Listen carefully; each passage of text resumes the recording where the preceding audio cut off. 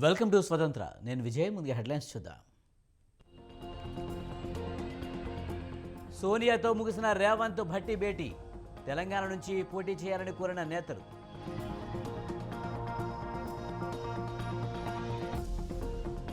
YCP 7 లిస్టుపై కొనసాగుతున్న suspense. జాబితాలో మరిన్ని ట్విస్టులు ఉండే ఛాన్స్.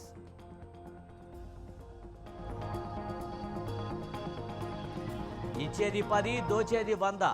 జగన్ పాలనకు చరమగీతం పాడాలన్న చంద్రబాబు.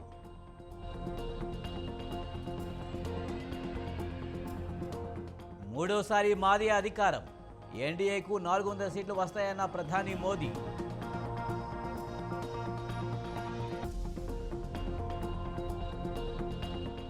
జార్ఖండ్ రాజకీయ సంక్షోభానికి తెర. విశ్వాస పరీక్షలో నెగ్గిన చంపై సోరెన్.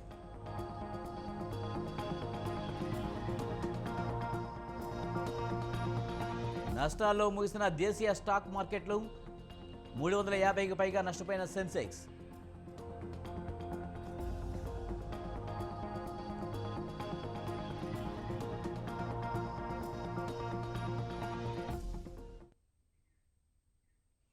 ఏపీ అసెంబ్లీ సమావేశాలు ప్రారంభమయ్యాయి. ఈ నెల 7న ఓట్ ఆన్ అకౌంట్ బడ్జెట్ను ఆర్థిక మంత్రి బుగ్గన రాజేంద్రనాథ్ రెడ్డి ప్రవేశపెట్టనున్నారు. శాసనసభ శాసన మండలిని ఉద్దేశించి గవర్నర్ అబ్దుల్ నజీర్ ప్రసంగించారు. వికేంద్రీకరణకు తమ ప్రభుత్వం కట్టుబడి ఉందని స్పష్టం చేశారు. రాష్ట్రంలో కొత్త జిల్లాల ఏర్పాటుతో పరిపాలన ప్రజలకు చేరువైందని, 2.6 లక్షల మంది వాలంటీర్ల సాయంతో ప్రజలకు నేరుగా ప్రభుత్వం సేవలు అందిస్తున్నాయని తెలిపారు. తమ ప్రభుత్వ హయాంలో పేదరికం 11.52% నుంచి 4.1%కి తగ్గించగలిగామని చెప్పారు. దేశంలో ఎక్కడా లేని విధంగా ఏపీలో విద్యా సంస్కరణలు తీసుకువచ్చామని గవర్నర్ అబ్దుల్ నజీర్ చెప్పారు. పోలవరం ప్రాజెక్టును పూర్తి చేయడానికి అధిక ప్రాధాన్యత ఇస్తున్నామని గవర్నర్ చెప్పారు. పోలవరం ప్రాజెక్టులో ఇప్పటి వరకు 74% పనులు పూర్తి చేశామని వివరించారు. Government has completed land acquisition and RR for Chitravati project at the cost of 280 crores and filled water to its capacity of 10 TMC. My government spent rupees 925 crores for rehabilitating displaced families of Gandikota project and filled it with a full capacity of 27 TMCs. Second tunnel of Oak has been completed, thereby enhancing capacity of SRBC to 20,000 cusecs. Work on third tunnel is in brisk progress. My government succeeded in providing water to 77 minor irrigation tanks in Kurnool and Nandyal districts to irrigate over 10,000 acres through HNSS pump house project. Nallamala Sagar will be able to store water with Kharif rains by September 2024. My government has sanctioned 9 drinking water projects with an amount of rupees 10,137 crores in 9 districts of Srikakulam, YSR Kadapa, Kurnool, East Godavari, West Godavari, Prakasham, Guntur, Krishna and Chittor. My government is extending YSR Raitu Bharosa PM Kisan assistance of rupees 13,500 per year, not only to the farmers cultivating their own lands, but also to eligible SC, ST, BC, minority tenant farmers and farmers cultivating ROFR, forest and endowment lands.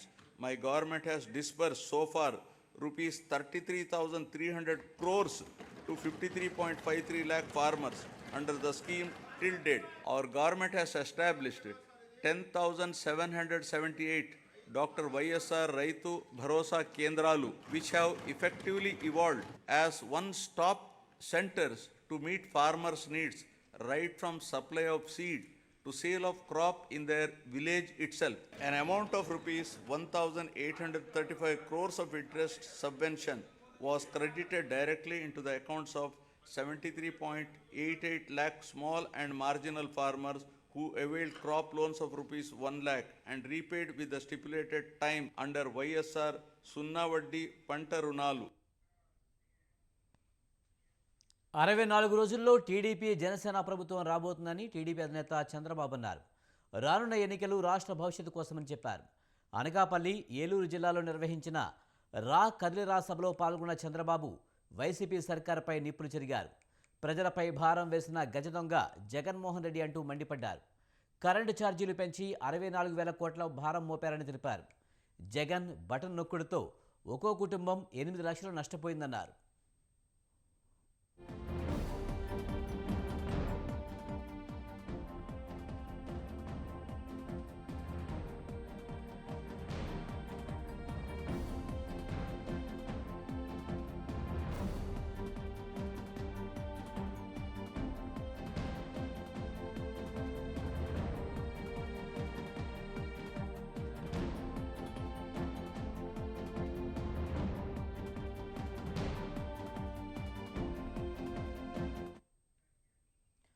Job calendar, మద్య నిషేధం, CPS రద్దు, రైతు ఆత్మహత్యలు ఆపేందుకు ఎందుకు button నొక్కలేదని Chandrababu ప్రశ్నించారు.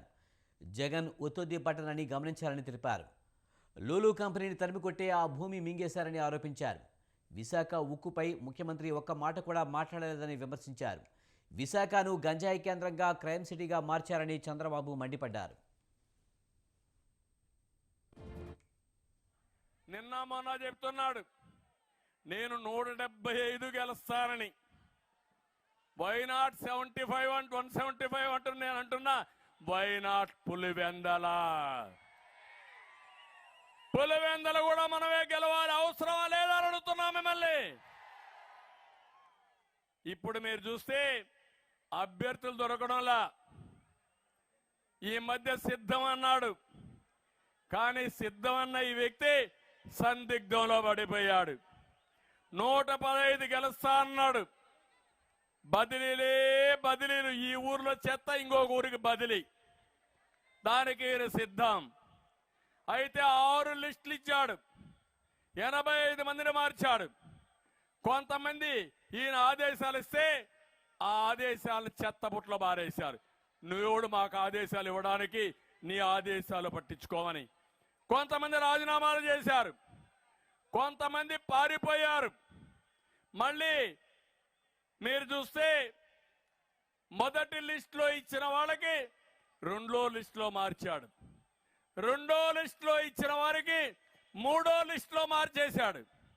అంటే ట్రాన్స్ఫర్లు, రీట్రాన్స్ఫర్లు, తర్వాత అగైన్ ట్రాన్స్ఫర్లు, అన్ని పిచ్చి రాజకీయాలు చేస్తున్నాడు తప్ప ఎక్కడ రాజకీయం అంటే ఏబిసిడీలు ఓనమాలు తెలియని పిచ్చి వ్యక్తి ఈ జగన్మోహన్ రెడ్డి. టీడీపీ జనసేన పొత్తులపై కాపు ఉద్యమ నేత చేగొంటి హరిరామ జోగయ్య పవన్ కళ్యాణ్కు బహిరంగ లేఖ రాశారు. ఇప్పటికే పలు అంశాలపై అనేకసార్లు పవన్ కళ్యాణ్కు రాసిన లేఖ హరిరామ జోగయ్య ఈసారి రాసిన లేఖ మాత్రం కాస్త ఘాటుగానే ఉంది. రాజ్యాధికారం ధ్యేయంగా ప్రస్తుతం అధికారంలో ఉన్న వైసీపీని గద్దె దింపాలంటే టీడీపీ జనసేన కలవలసిన తప్పనిసరి పరిస్థితి ఉందని హరిరామ జోగయ్య అన్నారు. కానీ కాపులకు రాజ్యాధికారం దక్కాలంటే కేవలం వైసీపీని గద్దె దించి టీడీపీని అధికారంలోకి తేవడం కాదని హరిరామ జోగయ్య అభిప్రాయపడ్డారు. బడుగు బలహీన వర్గాలకు, కాపులకు రాజ్యాధికారం అంటే వైసీపీని గద్దె దించి చంద్రబాబుని అధికారంలోకి తేవడమా అంటూ ప్రశ్నించారు.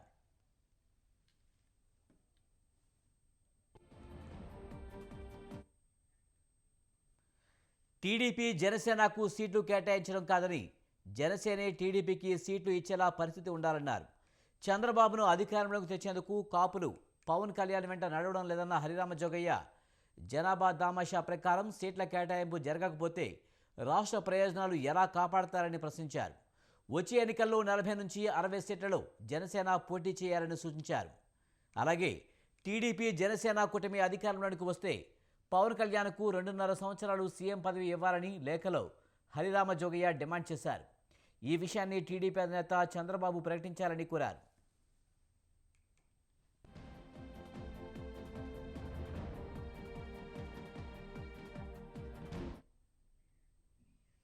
బీఆర్ఎస్ అధినేత మాజీ ముఖ్యమంత్రి కేసీఆర్ మంగళవారం తెలంగాణ భవన్కు రానున్నారు.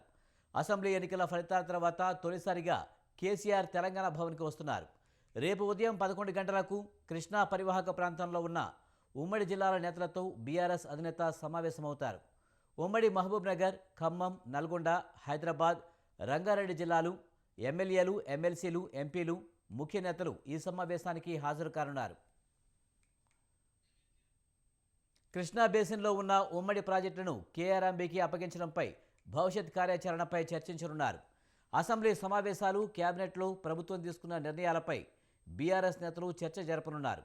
అలాగే అసెంబ్లీ సమావేశాల తర్వాత నల్గొండ జిల్లాలో బీఆర్ఎస్ ఆధ్వర్యంలో భారీ బహిరంగ సభకు సంబంధించి రేపటి సమావేశంలో గులాబీ నేతలు చర్చించనున్నారు.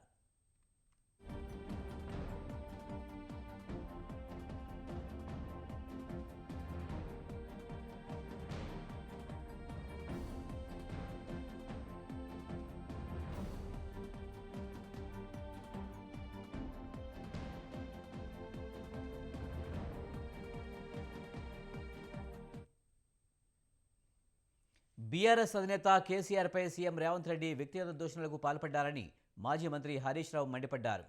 కేఆర్ఎంబీ సమావేశంలో ప్రాజెక్టును అప్పగిస్తూ రాష్ట్ర ప్రభుత్వం నిర్ణయం తీసుకుందన్నారు. 2 నెలల్లో సీఎం రేవంత్ రెడ్డి ప్రాజెక్టులను ఢిల్లీ చేతిలో పెట్టారని ఫైర్ అయ్యారు. తెలంగాణ, ఏపీ అధికారులు ఎవరైనా డ్యామ్ పైకి వెళ్లాలంటే కేఆర్ఎంబీ అనుమతి తీసుకోవాలన్నారు. ప్రాజెక్టులకు కేఆర్ఎంబీకి అప్పగించేది లేదని ప్రభుత్వం రెంకలేస్తుందని మండిపడ్డారు. అబద్ధాల పునాదుల ప్రభుత్వాన్ని నడపడం సరికాదని హరీష్ రావు చెప్పారు. విషయంలో ఎవరెన్ని మాటలు చెప్పినా 10 ఏళ్లలో కేసీఆర్ గారి ప్రభుత్వం కేఆర్ఎంబీకి ప్రాజెక్టులు అప్పచెప్పలేదు. కానీ వచ్చిన 2 నెలల్లోనే మీరు అవగాహన రహిత్యంతో, తొందరపాటుతో మీరు ఇలా మన తెలంగాణ ప్రాజెక్టులను ఢిల్లీ చేతిలో పెట్టి అడుక్క తినే పరిస్థితి తెచ్చినారు. మీరు is it not your failure? కానీ దురదృష్టం ఏంటంటే ఆ ఫెయిల్యూర్ను కప్పుకోవడానికి, అంటే ఆ ఫెయిల్యూర్ను, ఒక తప్పును కప్పిపుచ్చుకోవడానికి మరిన్ని తప్పులు చేసే విధంగా ఒక అబద్ధాలు మాట్లాడడం, ఎదురుదాడికి దిగడం, దుర్భాషలు ఆడడం, ఇది ఒక ముఖ్యమంత్రికి తగునా అని నేను అడుగుతా ఉన్నా. సరే, వ్యక్తిగతంగా రాజకీయాలు, ఎలక్షన్లు, ఓట్లు, సీట్లు అంటే ఎంతైనా తిట్టుకుందాం, ఓకే, కొట్లాడదాం. కానీ ఇది రాష్ట్ర ప్రయోజనాలు, ఇది జాతి భవిష్యత్తు, ఈ రాష్ట్ర ప్రజల భవిష్యత్తు. కేఆర్ఎంబీకి తమ ప్రభుత్వం ప్రాజెక్టులు అప్పగించలేదని మంత్రి ఉత్తమ్ కుమార్ రెడ్డి స్పష్టం చేశారు. హరీష్ రావు అబద్ధాలు చెబుతున్నారని మండిపడ్డారు. కృష్ణా జలాల వాటాల్లో కేసీఆర్, జగన్ కలిసి తెలంగాణకు అన్యాయం చేశారని ఆరోపించారు. తెలంగాణకు రావాల్సిన కృష్ణా జలాలను ఏపీకి తీసుకువెళ్తుంటే కేసీఆర్ సహకరించారని ధ్వజమెత్తారు. ఇతరు మాట్లాడినా ఇది పచ్చి అబద్ధం అని చెప్పి I'm reiterating that there is no proposal, there is no effort, there is no direction to hand over projects to Krishna River Management Board. అసలు కృష్ణా రివర్ వాటర్ లో ఏ విధంగా తెలంగాణకి వీళ్ళ హయాంలోనే జరిగింది. వాళ్ళు పదే పదే అదే అబద్ధాలు చెప్తున్నారు. కాబట్టి కేసీఆర్ గారు ముఖ్యమంత్రి, ఇరిగేషన్ మంత్రిగా ఉండి ఆయన, జగన్మోహన్ రెడ్డి గారు పదే పదే ఏకాంత చర్చలు జరుపుతూ తెలంగాణలో కృష్ణా నది జలాల విషయంలో అన్యాయం చేసే కుట్ర చేసిందని చెప్పి మనం చేస్తున్నాను. ఈ రోజు ఏదో తప్పుడు ప్రచారంతో, అబద్ధాలతో మరి జనాన్ని మోసం చేసే ప్రయత్నం చేస్తున్నారు. ఎవరు నమ్మడం లేదు. తెలంగాణలో ప్రాజెక్టులు కేఆర్ఎంబీ అప్పచెప్పడానికి ఏమీ నిర్ణయం జరగలేదు, ఏమీ చేయలేదు. కాంగ్రెస్ నేతలకు అహంకారం పెరిగిందని మాజీ మంత్రి జగదీష్ రెడ్డి అన్నారు. రైతు బంధు నిలిపివేశారని, అడిగితే చెప్పుతో కొడతామంటున్నారని మండిపడ్డారు. కాంగ్రెస్ చేతగానితనంతో సాగర్ తెలంగాణ చేతుల్లోంచి వెళ్లిపోయిందన్నారు. కాంగ్రెస్ వాళ్లకు ప్రాజెక్టులను కేఆర్ఎంబీకి అప్పచెప్పి దొంగ నాటకాలు ఆడుతున్నారని ఆగ్రహం వ్యక్తం చేశారు. 9 ఏళ్లైనా నదీ జలాల పంపిణీ చేసే తీరిక కేంద్రానికి లేదన్నారు. ప్రాజెక్టులను కేఆర్ఎంబీకి ఇవ్వడమంటే ఆంధ్రాకు నీళ్లు అపనంగా రాసి ఇవ్వడమేనన్నారు. కేసీఆర్పై ఎదురుదాడి చేసి తప్పించుకోవాలని చూస్తున్నారని ఆగ్రహం వ్యక్తం చేశారు. చంద్రబాబు నాయుడు అంటేనే దాని మారు పేరు 420. ఆయన శిష్యుడిన ఇది ఇంకా కాంగ్రెస్ లో పోయి ఇంకా వాడు తెలియదు 420 హామీలు ఇచ్చిండ్రు. పాపం ప్రజలు కొంతమంది అమాయకంగా నమ్మేది. వాడు ఆగమనం అయ్యే గమ్మాటలు వస్తుంది. ఒకటి చేతితో కొట్ట అంటాడు, ఒకటి రెండు అంటాడు, ఒకటి ఇంకోటి అంటాడు, ఇంకోటి అంటాడు. ఎవరినంటాం గంటాలి, ఏం చేయాలి? నాలుగు కట్టాలి. వీళ్ళ మద్దతనం గిరి దీని పరిమాణం కూడా కొడుకున్నాం. కేసీఆర్ గురించి మాట్లాడుతున్నారు. చేతగాని గంటలు మీరు ఎందుకు పోతుందిరా నాగార్జున సాగర్ వాళ్ళ చేతికి? ఎవరు గంటతనం వల్ల యాదాద్రి థర్మల్ ప్లాంట్లో మాజీ మంత్రి జగదీష్ రెడ్డి దోచుకున్నారని మంత్రి కోమటిరెడ్డి వెంకటరెడ్డి విమర్శించారు. అవసరం లేకుండా ఉత్తర తెలంగాణ కోసం కాళేశ్వరం కట్టారని మండిపడ్డారు. సూర్యాపేటలో తాగేందుకు నీళ్లు లేక మూసి నీళ్లు తాగుతున్నారని అన్నారు. నల్గొండ జిల్లాలో బీఆర్ఎస్ 1 సీటు గెలిచిందన్నారు. తాము ప్రచారం చేస్తుంటే 70,000 ఓట్ల తేడాతో జగదీష్ రెడ్డి ఓడిపోయారని చెప్పారు. నైతికంగా జిల్లాలో 12 సీట్లను కాంగ్రెస్ గెలిచిందని కోమటిరెడ్డి అన్నారు. తెలంగాణలో అవసరం లేకున్నా కాళేశ్వరం బ్యారేజ్ పెట్టుకున్న దోసుకోవడానికి కింద బ్యారేజీలు కట్టి పైకి నీళ్ళు తీసుకొచ్చి మూడేళ్ళు గడవకుందే వేడిగడ్డ కూలిపోయిందంటే ఖాళీ వేసిన కమిషన్లకు ఒక కదా. మేము కట్టిన నాగాన్సార్ డ్యాములు కానీ బాగ్రానంగల్ డ్యాములు కానీ శ్రీశైలం కానీ ఇప్పటికీ ఒక క్రాక్ కూడా రాలే. మొత్తం కమిషన్ల కోసం దోసుకొని ఒక్క కొత్త ఎకరానికి కూడా కాళేశ్వరం మీద సాగునీరు చేయలే. ఎక్సెప్ట్ ఆయన ఫామ్ హౌస్ 400 ఎకరాలకు బ్రాంచ్ కెనాల్ తీసిండు మల్లన్న సాగర్కి వెళ్ళి కొండపోచం. బీసీ సంక్షేమం కోసం 2024-25 బడ్జెట్లో 20,000 కోట్లు కేటాయించాలని డిప్యూటీ సీఎం ఆర్థిక మంత్రి భట్టి విక్రమార్కకు ఎమ్మెల్సీ కల్వకుంట్ల కవిత విజ్ఞప్తి చేశారు. ఈ మేరకు భట్టికి ఎమ్మెల్సీ కవిత లేఖ రాశారు. మహాత్మా జ్యోతిరావు పూలే బీసీ సబ్ ప్లాన్కు చట్టబద్ధత కల్పిస్తామని ఎన్నికల మేనిఫెస్టోలో కాంగ్రెస్ పార్టీ చేర్చిందని గుర్తు చేశారు. అంతేకాకుండా బీసీ సంక్షేమానికి రానున్న 5 ఏళ్లలో 1,00,000 కోట్లు కేటాయిస్తామని హామీ ఇచ్చిందని చెప్పారు. ఎంబీసీలకు సంక్షేమానికి ప్రత్యేక మంత్రిత్వ శాఖ ఏర్పాటు చేస్తామని కూడా కాంగ్రెస్ పార్టీ ఎన్నికల సమయంలో హామీ ఇచ్చిందని గుర్తు చేశారు. ప్రతి జిల్లా కేంద్రంలో 50 కోట్ల వ్యయంతో ప్రొఫెసర్ జయశంకర్ బీసీ ఐక్యతా భవనాలు నిర్మిస్తామని కాంగ్రెస్ పార్టీ వాగ్దానం చేసిందని తెలిపారు. ఈ నేపథ్యంలో బీసీల సంక్షేమం కోసం ఈ ఆర్థిక సంవత్సరానికి గాను బడ్జెట్లో 20,000 కోట్లు కేటాయించాలని కోరారు. ఈ నిధుల కేటాయింపు ద్వారా కాంగ్రెస్ ఇచ్చిన హామీని నెరవేర్చినట్లు అవుతుందని చెప్పారు. బీసీలు మరింత అభివృద్ధి చెందడానికి ఈ నిధులు దోహదపడతాయని కవిత అభిప్రాయపడ్డారు. బీసీలకు ఇచ్చిన అన్ని హామీలను అమలు చేయాలని స్పష్టం చేశారు.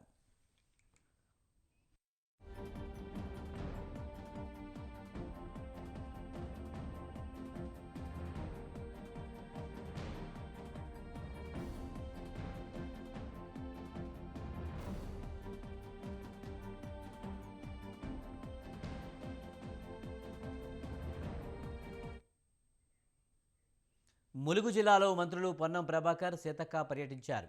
ములుగు ఘట్టమ్మ దేవాలయం వద్ద నాయకపోడు ఆరాధ్య దైవమైన ఘట్టమెత్తలను దర్శించుకున్నారు. అనంతరం మేడారం జాతర ఏర్పాట్లను మంత్రులు పరిశీలించారు.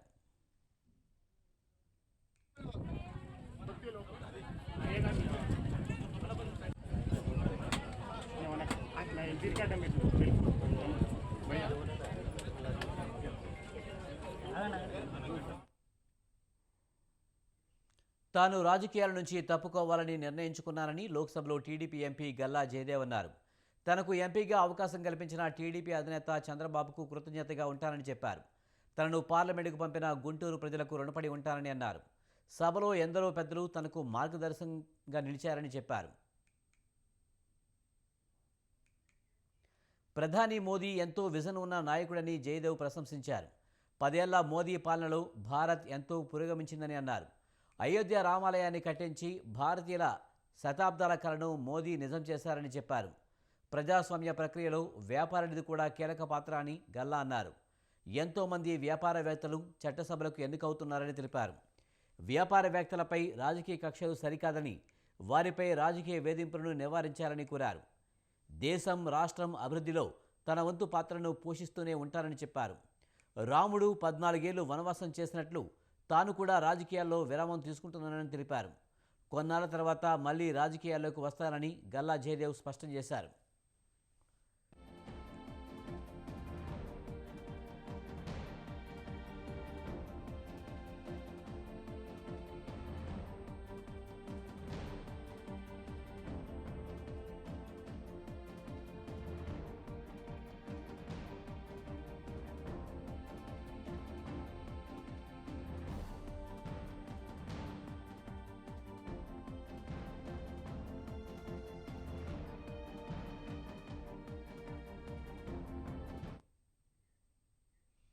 ఢిల్లీ మద్యం కుంభకోణం కేసులో ఎమ్మెల్సీ కవితకు ఈడీ సమన్లపై సుప్రీంకోర్టులో మరోసారి విచారణ జరిగింది.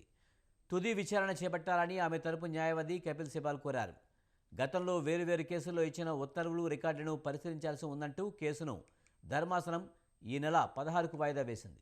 గత విచారణ సందర్భంగా నళిని చిదంబరం, అభిషేక్ బెనర్జీ కేసులతో పిటిషన్ను ధర్మాసనం జతపరిచింది.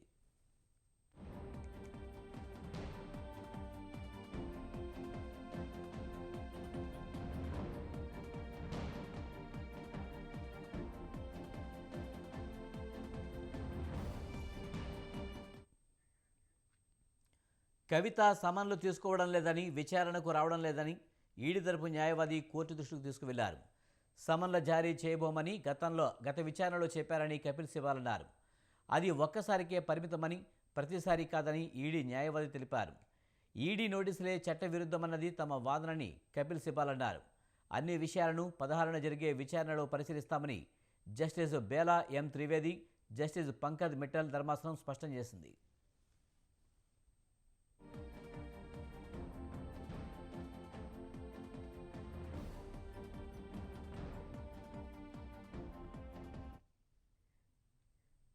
మాజీ మంత్రి వైఎస్ వివేక హత్య కేసులో నిందితుడిగా ఉన్న ఎంపీ అవినాష్ రెడ్డి బెయిల్ రద్దు చేయాలని కోరుతూ వైఎస్ సునీత వేసిన పిటిషన్పై సుప్రీంకోర్టులో విచారణ జరిగింది. ఏప్రిల్ 22 నుంచి ప్రారంభమయ్యే వారంలో వాదనలు వింటామని జస్టిస్ సంజీవ్ ఖన్నా, జస్టిస్ దీపంకర్ దత్తా ధర్మాసనం తెలిపింది. ఏప్రిల్ 22 లోపు వాదనలు వినడం కుదరదని చెప్పింది. ఆలోగా కేసు డైరీ వివరాలను తమ ముందు ఉంచాలని సిబిఐని ఆదేశించింది.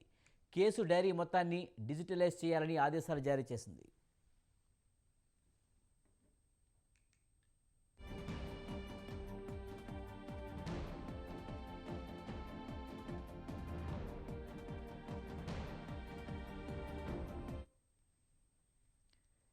ఎన్నికలను ఎదుర్కొనే ధైర్యాన్ని విపక్ష సభ్యులు కోల్పోయారని ప్రధాని మోదీ అన్నారు. కుటుంబ పాలనపై సీరియస్ అయ్యారు. కాంగ్రెస్ పార్టీ తన కుటుంబానికి మించి ఎక్కువ ఆలోచించలేకపోతుందని విమర్శించారు. రాష్ట్రపతి ప్రసంగానికి ధన్యవాద తీర్మానం సందర్భంగా లోక్సభలో ప్రధాని మోదీ మాట్లాడారు. దేశం సాధించిన ప్రగతిని రాష్ట్రపతి ముర్ము తన ప్రసంగంలో వినిపించారని చెప్పారు. దేశంలో విపక్షం బలహీనంగా ఉండడానికి కాంగ్రెస్ పార్టీయే కారణమని మోదీ ఆరోపించారు. గడిచిన 10 ఏళ్లలో బలమైన ప్రతిపక్షంగా మారేందుకు కాంగ్రెస్ పార్టీకి అవకాశం వచ్చిందన్నారు. కానీ ఇతర విపక్ష పార్టీలను కూడా ఎదగకుండా చేశారని ఆయన విమర్శించారు. सबसे दोषी कांग्रेस पार्टी है। कांग्रेस को एक अच्छा विपक्ष बनने का बहुत बड़ा अवसर मिला और 10 साल कम नहीं होते, लेकिन 10 साल में और जब खुद विफल हो गए तो विपक्ष में और भी होनहार लोग हैं, उनको भी उभरने नहीं दिया, क्योंकि फिर मामला और गड़बड़ हो जाए।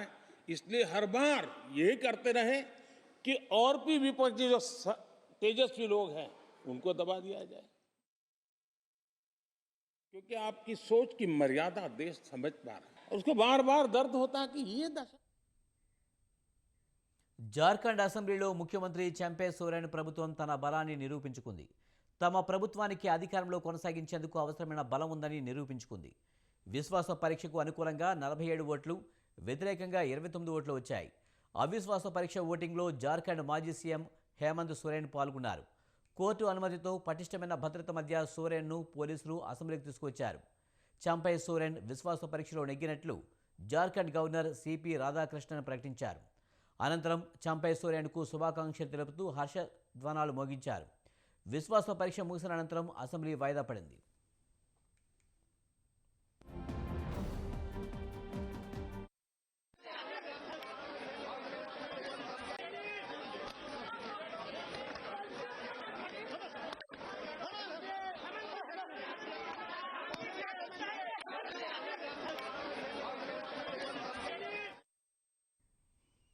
అంతకుముందు ముఖ్యమంత్రి చంపై సోరెన్ తమ ప్రభుత్వాన్ని బలపరచవలసిందిగా విశ్వాస తీర్మానాన్ని ప్రవేశపెట్టారు.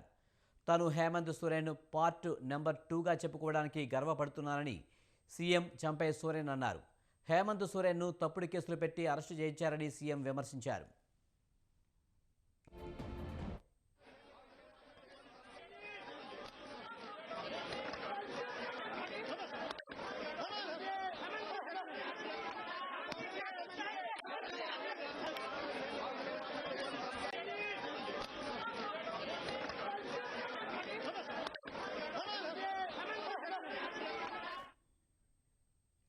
దేశ చరిత్రలో తొలిసారి ఒక సిట్టింగ్ ముఖ్యమంత్రిని అరెస్టు చేశారని మాజీ ముఖ్యమంత్రి హేమంత్ సోరెన్ అన్నారు. జార్ఖండ్ అసెంబ్లీలో సీఎం చంపై సోరెన్ ప్రవేశపెట్టిన విశ్వాస తీర్మానంపై హేమంత్ సోరెన్ ప్రసంగించారు. ఎన్ఫోర్స్మెంట్ డైరెక్టరేట్ తనను అరెస్టు చేయడంలో రాజ్భవన్ కూడా మిలాఖత్ అయిందని హేమంత్ సోరెన్ ఆరోపించారు. తనపై ఈడీ చేసిన ఆరోపణలను నిరూపిస్తే, కనీసం రుజువులు చూపితే తాను రాజకీయాల నుంచి శాశ్వతంగా తప్పుకుంటారని హేమంత్ సవాల్ విసిరారు.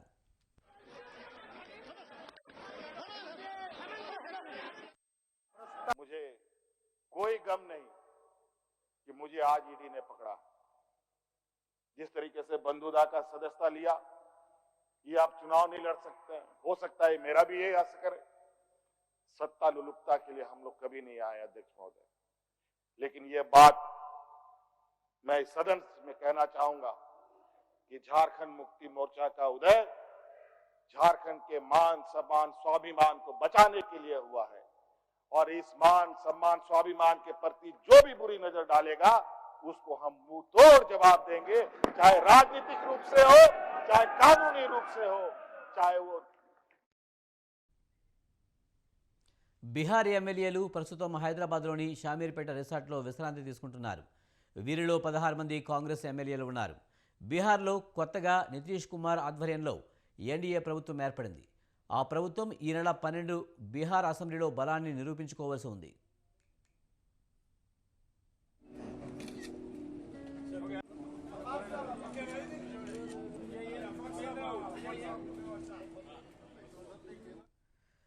జేడీయూ బీజేపీ సర్కార్ ఎమ్మెల్యేలను కొనుగోలు చేయకుండా ఆకట్టుకోకుండా ఉండేలా క్యాంప్ రాజకీయాల్లో భాగంగా కాంగ్రెస్ అధిష్టానం సూచన మేరకు కాంగ్రెస్ ఎమ్మెల్యేలను హైదరాబాద్ రిసార్ట్లో ఉంచుతున్నారు.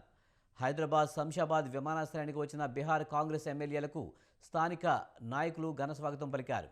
అనంతరం షామీర్పేటలోని ప్రైవేట్ రిసార్ట్కు వెళ్లారు.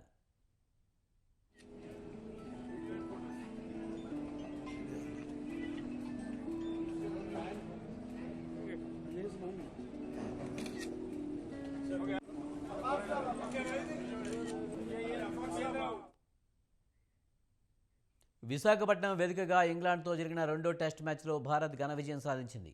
ఇంగ్లాండ్ను భారత్ 106 పరుగుల తేడాతో చిత్తు చేసింది. టీమిండియా నిర్దేశించిన 399 పరుగుల లక్ష్య ఛేదనలో 4వ రోజు రెండో సెషన్లోపే ఇంగ్లాండ్ 292 పరుగులకు ఆలౌట్ అయింది. ఉప్పల్ టెస్టులో అనూహ్యంగా ఓటమి పాలైన టీమిండియా రెండో టెస్టులో అద్భుత విజయం సాధించింది. ఇంగ్లాండ్ను 106 పరుగుల తేడాతో రోహిత్ సేన ప్రతీకారం తీర్చుకుంది. బుమ్రా, అశ్విన్ 3 వికెట్లు తీసి ఇంగ్లాండ్ ఓటమిలో కీలక పాత్ర పోషించారు. దీంతో 5 టెస్టుల సిరీస్లో 1-1తో ఇరు జట్లు సమానంగా నిలిచాయి. 2 ఇన్నింగ్స్లోనూ కీలక వికెట్లు తీసిన బుమ్రాకు player of the match award దక్కింది. మూడో టెస్ట్ మ్యాచ్ ఫిబ్రవరి 15 నుంచి రాజ్కోట్ వేదికగా ప్రారంభం కానుంది.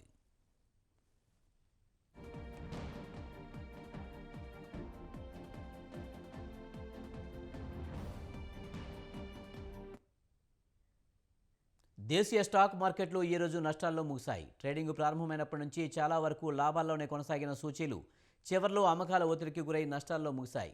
ఈరోజు ట్రేడింగ్ ముగిసే సమయానికి సెన్సెక్స్ 354 పాయింట్లు నష్టపోయి 71,731కి పడిపోయింది. నిఫ్టీ 82 పాయింట్లు కోల్పోయి 21,771కి దిగజారింది. బీఎస్సీ సెన్సెక్స్లో Tata Motors, Sun Pharma, Mahindra and Mahindra, Power Grid Corporation, Tata Steel లాభపడ్డాయి. Bajaj Finserv, Maruti, HCL Technologies, Bajaj Finance, Bharti Airtel నష్టపోయాయి.